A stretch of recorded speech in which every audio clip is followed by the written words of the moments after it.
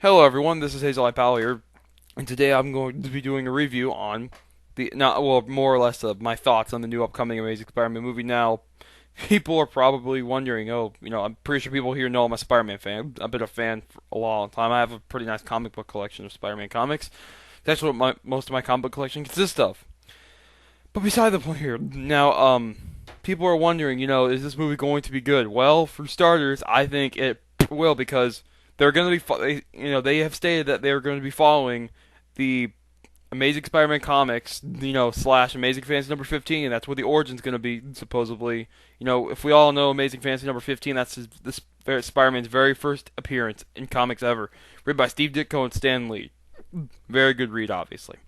And here's the thing: people wonder, the suit. Here's the biggest controversy that people have with this movie is the fucking suit. I'm actually going to defend this suit. Yes, I'm defending this suit. Kill me. Now I want you guys, if you're ever curious, go and look up pages from Amazing Fantasy number 15. You can find them online, I'm pretty sure. Or just go buy Spider-Man Classics number 1. It's like $2. That's a reprint of it. Um, and I want you to look at the eyes on the Spider-Man suit. Now, people are wondering, what do the eyes have to do? Well, look, people say the eyes on the suit look like shit, but here's the thing. I actually went back and reread Amazing Fantasy. I looked at the eyes on the suit, and I compared them to the eyes on this suit in the movie. They're actually doing something right.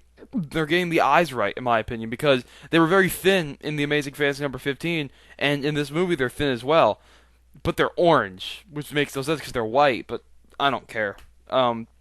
Honestly, I think this movie I think it really has. I have faith in this movie that it will succeed because you have Gwen Stacy as his primary love interest for it, which was his first girlfriend ever, way before Mary Jane Watson.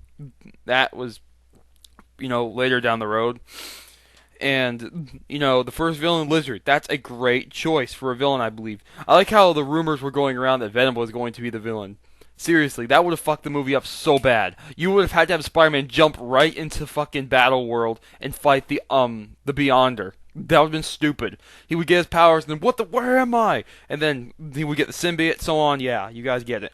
But I'm happy they're going with Lizard because this is a villain a lot of people wanted to see, and personally, I'm a big fan of him. I like Doc Connors. He's a very cool. I think that this is going to be a very good movie. We've actually already seen pictures of Doc Connors apparently I think it was like Gamescom. I forget what convention, but we saw a picture of Lizard for what he's gonna look like in the movie, and I think he looks really cool. I'm looking forward to see what he's gonna look like. And apparently, we also have this villain under the name of Proto Goblin, who was apparently the Green Goblin before Norman Osborn took the identity as Green Goblin.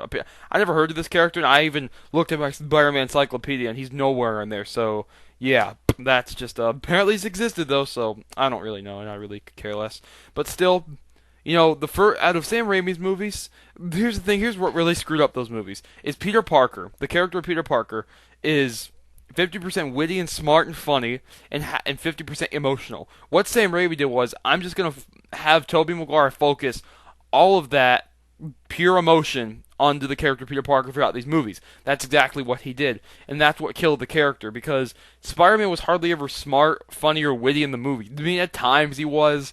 When he webbed Jameson's mouth, that was kind of funny, but really, I mean, if you guys have read, Spider-Man comics, you would realize that he's witty and smart and funny whenever he's fighting people. Like, seriously, in the Spider-Man game, whenever the helicopter crashed, he said, "Hey, you gonna pay for that tower?" Or something funny like that. Or whenever Venom was on the big Jumbotron, he's like, "Wow, you're probably gonna get his own talk show." This again, Spider-Man has a sense of humor, guys. He always has and always will. And I'm hoping to God that Andrew Garfield can get that right in these movies. Because if we saw the trailer, we all know the trailer didn't reveal much, and that's good. That's good. Now the casting, Emma Stone as Gwen Stacy. When I compare the two from the comics, it actually resembles Gwen pretty well. So Emma, you rock. But Andrew Garfield as Peter Parker. That is very it's pretty decent casting, I guess. I mean, let's just hope he can do better than Tobey Maguire, God. And people are gonna probably wonder who they're gonna cast as Venom. Well, let me just say this: I'm going to make a separate video. I'm actually gonna make a separate video one day when we get to that point. When we get to the point of Venom coming into these movies, then I'm going to make a separate video on who we should cast as Venom and why, and like so on. But the guy that got playing for Lizard, that kind of teased me off because I don't see why they couldn't have just taken the original Doc Connors from the original movies because he did a very good job. Especially whenever he took the symbiote to Doc Connors, I believe that the guy that played Doc Connors in the originals nailed it right. And seriously, why the hell is J.K. Simmons not in this movie? He was a great J. Jonah Jameson. Seriously, it's like it's like they stuck their hand inside the books and just yanked him out, and there you go. J.K. Simmons was a great J. Jonah Jameson. But hey, there was a reboot, so they wanted to have a fresh start. But I'm okay with that. And what are your guys' thoughts? How do you think this movie is going to affect the world of Spider-Man? Do you think it's going to help benefit it, or do you think it's going to ruin it? Personally, I'm still on the ups. I'm really looking forward to seeing it, but that doesn't mean this movie will not suck. It could, because it showed elements of shittiness already, actually.